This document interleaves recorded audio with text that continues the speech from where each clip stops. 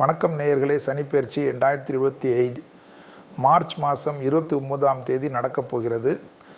இதில் நம்ம ஒவ்வொரு ராசிக்கும் சனிப்பெயர்ச்சி பலன் எப்படி இருக்குன்னு பார்க்கலாம். முதலில் பார்க்கக்கூடிய ராசி மேஷம். மேஷ ராசிக்காரர்களுக்கு 7.5 சனியில் உள்ளவரிங்க.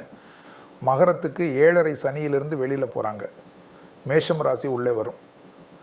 அதனால் இதனுடைய பேர் விரய சனி. விரய சனியில் கழுத்து தலைப்பகுதியில் கவனமாக இருக்கணும். கழுத்திலிருந்து தலை, அதில் கண் இருக்குது, வாய் இருக்குது, காது இருக்குது, மூக்கு இருக்குது, தொண்டை இருக்குது.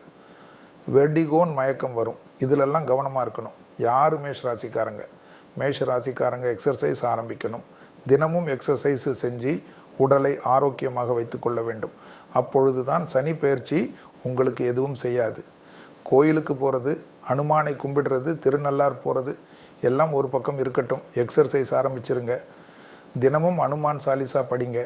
அது உங்களுக்கு சனி தோஷத்திலிருந்து உங்களை காப்பாற்றும். நைட்டில் சீக்கிரமாக உணவை முடிச்சிருங்க. லேட் நைட் உணவு எடுத்துக்கிறவங்களுக்கு சனி அதிகமான தொந்தரவு கொடுப்பார். இதெல்லாம் இயற்கை சனி இருந்தாவே 3 வேளை சாப்பிட்றவங்க 5 வேளை 6 வேளை பிரித்து சாப்பிடணும். வயிறில் ஃபுல் சாப்பிடாமல் பசியோடு கொஞ்சம் இருக்கணும். பசி இருந்துக்கிட்டே இருக்கணும். அப்போ தான் மூளை நல்லா வேலை செய்யும். ஏன்னா சனி மந்தை நம்மளை மந்தப்படுத்திடுவார். நல்லா சாப்பிட்டுட்டா அப்படியே எங்கேயாவது சுருண்டு படுத்துங்கன்னா அன்னைக்கு வேலை மொத்தமாக கெட்டுடும். மேஷத்துக்கு அற்புதமான அமைப்பு. 7.5 சனி உங்கள் இதில் தான் சனி நீச்சமாகிறாரு. மேஷத்தில் அடுத்தது வரக்கூடிய சனி பெயர்ச்சி. செவ்வாய் ஆதிக்கம் பெற்றவர்கள் மேஷம். அதே சமயம் என்னன்னா உங்களுக்கு நல்லது நடக்கும். ஆத்ம ரீதியாக அனுகூலம் காணப்படும்.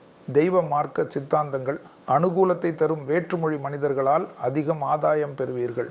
புது பொறுப்புகளுக்கு வருவீங்க. டக்குன்னு சோம்பல் எல்லாம் உதறுவீங்க. ஒரு விஷயமா அழகாக நவுத்துவீங்க. நிறைய விஷயம் பெண்டிங்காகவே வச்சுருப்பீங்க. அதெல்லாம் அழகாக முடிப்பீங்க. 7.5 சனியில் சுபகாரியம் நடக்கும். குழந்தை அமைப்பு ஏற்படும். பிள்ளைகள் விஷயத்தில் காணப்பட்ட இந்த பிரச்சனைகள் நிவர்த்தி ஏற்படும்.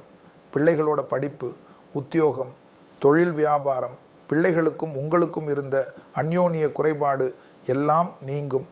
அதே சமயம் வேறு என்ன ஆகும்? டக்குன்னு கல்யாணம் ஏற்படும். குடும்பத்தில் கணவன் மனைவி சண்டை போட்டு பிரிஞ்சு இருந்தவங்க கூட மீண்டும் ஒன்று சேரக்கூடிய அமைப்பு ஏற்படும். தொழில் ரீதியாக அற்புதத்தை தரும் பணவரவு ஏற்படும் அனுகூலமான அமைப்பு. சனியை மட்டும் பார்க்கக்கூடாது. ராகு பார்க்கணும், குருவை பார்க்கணும், இவங்கெல்லாம் பார்க்கணும். அபிராமி அந்தாதி படிக்கணும். நீங்கள் ஏன்னா பூர்வ புண்ணிய தோஷம் ஏற்படுவதனால இந்த பாடல் உங்களை காப்பாற்றும். திருவெண்காடு கோவிலுக்கு போங்க, புதஸ்தலம் அதே அற்புதத்தை ஏற்படுத்தும். திருவெண்காடு போக போக வழக்கு மற்ற விஷயங்கள், சட்ட சிக்கல் எல்லாம் தீர்ந்துடும். நம்பிக்கை ஏற்படும். ஹெல்த் விஷயத்தில் இருந்த பிரச்சனையெல்லாம் தீரும். சர்ஜரி செய்யணும் அப்படின்னு சொல்லுவாங்க. அதெல்லாம் இல்லாமல் வெறும் மாத்திரை மருந்திலே உங்களுக்கு கிளியரன்ஸ் ஆகும். தொழில் டக்குன்னு அரசு துறை அரசியல்வாதிகள் எல்லாம் பெரிய பொறுப்புகளுக்கு வருவாங்க. பிள்ளைகள் விஷயத்தில் அனுகூலம் காணப்படும். ரொம்ப சந்தோஷம் ஏற்படும். நல்ல ரெஸ்ட் எடுப்பீங்க. ரெஸ்ட் இல்லாமல் உழைச்சிருப்பாங்க.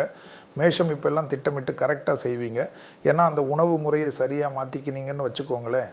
உங்களோட வெற்றியாளர்கள் இந்த சனி பயிற்சியில் இருக்க முடியாது. 7.5 சனி வருதுன்னு எல்லாம் சொல்லுவாங்க. 7.5 சனியில் ஜெயிக்க போகிற ராசி யாருன்னா பார்த்தா மேஷம். அந்த சமயத்தில் மேஷத்துக்கு நான் சொன்னது தான். வழுக்கலான இடங்கள், உயரமான இடங்கள், வண்டியில் ரொம்ப கவனம் செலுத்த வேண்டும். அடிக்கடிக்கு குலதெய்வ கோயிலுக்கு போகிறது, பிரீத்தி பண்ணிக்கிறது எல்லாம் செய்யணும். முடிஞ்ச நிறைய அன்னதானங்கள் செய்வது நல்லது. கோயிலில் நடக்கக்கூடிய பொங்கலுக்கு மிளகு, சீரகம் வாங்கி கொடுக்கிறது நல்லது. இதெல்லாம் பெரிய பரிகாரம். சனி பிரீத்தி. அதே போல் கோயிலில் அபிஷேகம் நடக்கிற இடத்துல கோயிலங்களுக்கு நல்லெண்ணெய் வாங்கினா அந்த நல்லெண்ணெய் சாமி மேலே டெய்லி போடுவா. அந்த எண்ணெய் தேய்க்கிறது. அதுபோல் கோயிலுங்களுக்கு நல்லெண்ணெய் வாங்கி கொடுங்க. விசேஷமான பலனை பார்க்கலாம். நன்றி, வணக்கம்.